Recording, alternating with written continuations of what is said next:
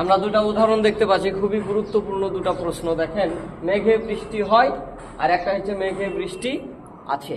মেঘে বৃষ্টি হয় আর মেঘে বৃষ্টি আছে। এখন এই এর মেঘের নিচেও যাক, এর মেঘের নিচে যাক, এটা কোন কারক, এ মেঘে এটা কোন কারক। দেখেন খুব সহজে বুঝতে পারবেন। মেঘে বৃষ্টি হয়, মেঘে বৃষ্টি হয় এই কথাতে বাক্যে আমরা কি পাচ্ছি, মানে মেঘ থেকে বৃষ্টিটা পড়ছে, মেঘ থেকে বৃষ্টিটা হয়। আর যখনই হয় তখনই কি মাইনাস।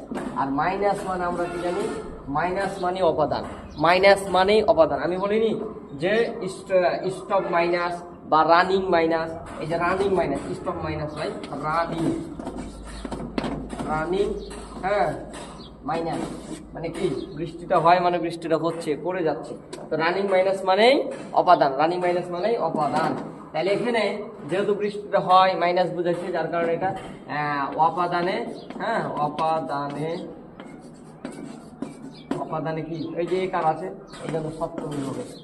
আর একটা দেখেন মেঘে বৃষ্টি আছে, মেঘে বৃষ্টি আছে মানে এখানেই আমরা পাচ্ছি যে প্লাস, অবশ্যই এটা কি প্লাস, কারণ মেঘে বৃষ্টি আছে, মেঘে ওই স্টপ প্লেসে কি